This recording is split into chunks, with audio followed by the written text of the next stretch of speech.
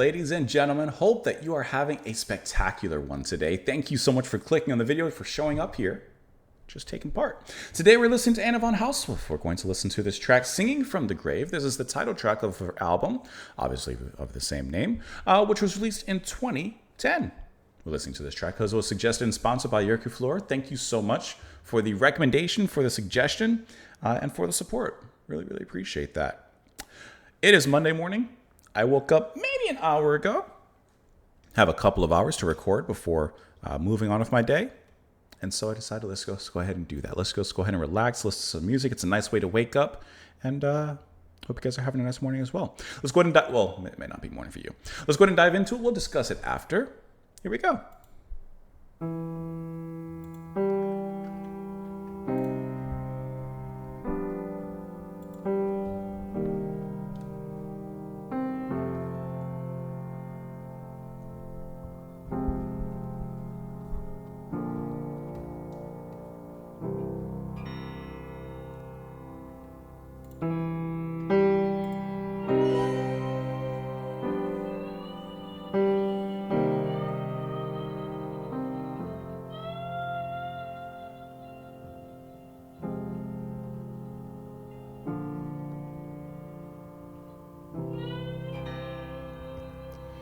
Celebrating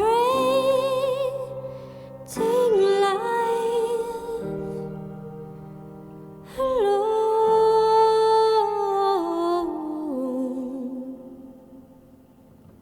tied with the one single stone, engravings and heart for soul,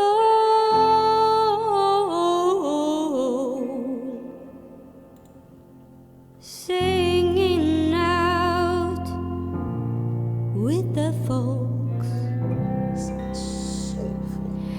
I am down with my corpse alone.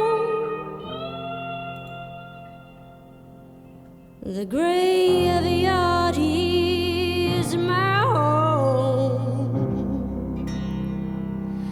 so I don't need a precious rose, 'cause I'm already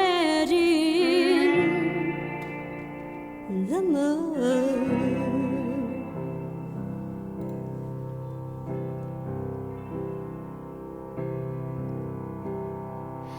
I'm looking all the people.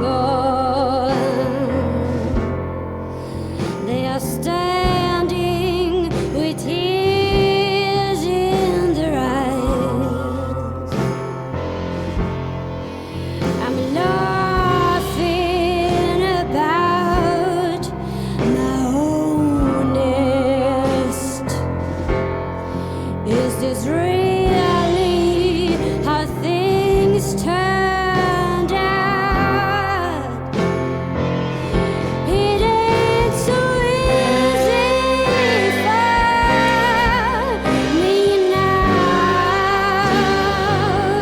as they are holding a speech for me. It ain't so easy for me now, as I am there, as I should be.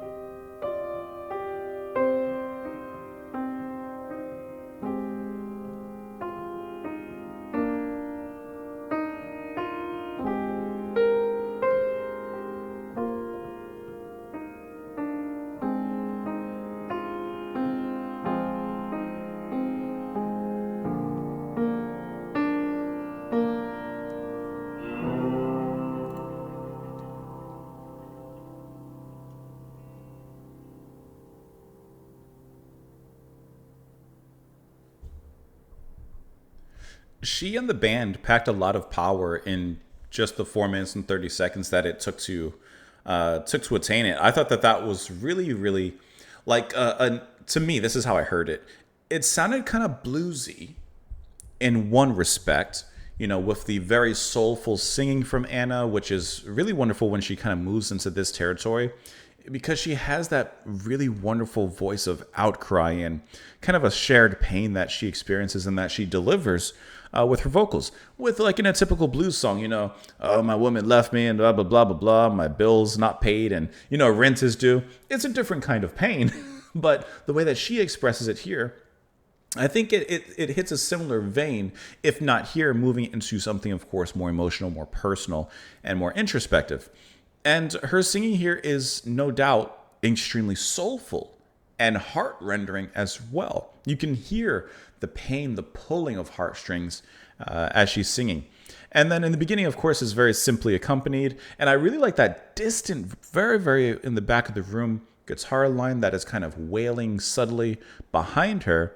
And although I thought that was just going to be, of course, more of a background melody, it shows off that that's actually going to be more of a hint of what's to come as the music builds into that midway climax, which I wasn't expecting.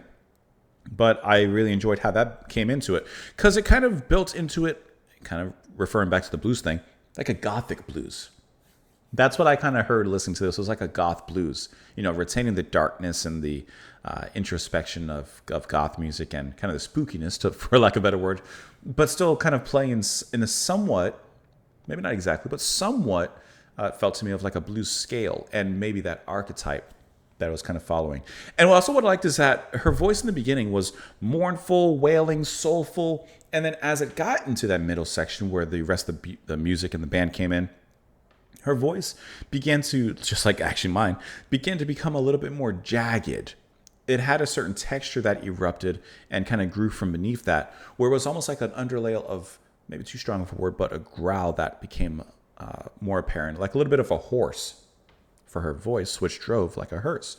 That's actually like really wonderful how she does that, and very subtly. Not overly so, not so performative or dramatic, nothing theatrical. No. Keep it personal, keep it simple, and keep it heartfelt. And I think that this track really wonderfully kind of hit those marks, so to speak. Not a lot of lyrics on this one. Celebrating life alone, tied with one single stone. Engravings for and a heart for soul, singing out with the folks. When I see the first two lines, I think of a gravestone. And I think of a couple who are tied together in a single grave, right? More than likely, two lovers, someone in a relationship that are on opposite sides of the grave, perhaps. I am down with my corpse alone. The graveyard is my home, so I don't need your precious rose because I'm already in the mud. Like, what use do I have for your rose? I'm dead. And interesting, celebrating life alone, tied with one single stone. So maybe not two people. I mean, she does say it's just her alone. Okay, so it's really just her. And can I tell you, I'm getting too deep into it before I just need to simply remember the song title. I'm looking over people. They are standing with tears in their eyes. I'm laughing about my own nest. Is this really how things turned out? It ain't so easy for me now as they are holding a speech for me. It ain't so easy for me now as I am dead as I should be. Okay, so it really is straightforward. It is literally singing from the grave, and she is kind of like the ghost watching the procession, watching the tears fall from the mourners and people visiting her grave and the funeral, etc., etc., which is a really kind of cool way to, look at that. It seems like something very simple from a story perspective, but I don't know if I've ever heard a song, look at it from the perspective. I probably have. I just can't think of one off the top of my head right now. But I do think that that's really cool. And it's kind of an interesting way of looking at things. You're gone. How would people react? And she does it in a very nice kind of personal way there. I know that, isn't there a movie, is it called Into the Void? That's something like that, like a very artsy kind of like afterlife kind of movie or something like that. I think it's by Gaspar Noé, if I remember correctly. Never seen it. I don't think I've ever seen a movie by him. It's just one of those things I kind of know. Anyways. Thank you so much for watching. Hope that you guys enjoyed this spooky, soulful rendition. Hopefully you had a good time listening to it. You can let me know, of course, in the comments down below. I hope that you did enjoy it. Yerky Flora, thank you so much once again for the suggestion and for the sponsorship. Really appreciate that. And I hope that you guys enjoy the rest of your day, your morning if it's like me. Have a great one, guys. Bye.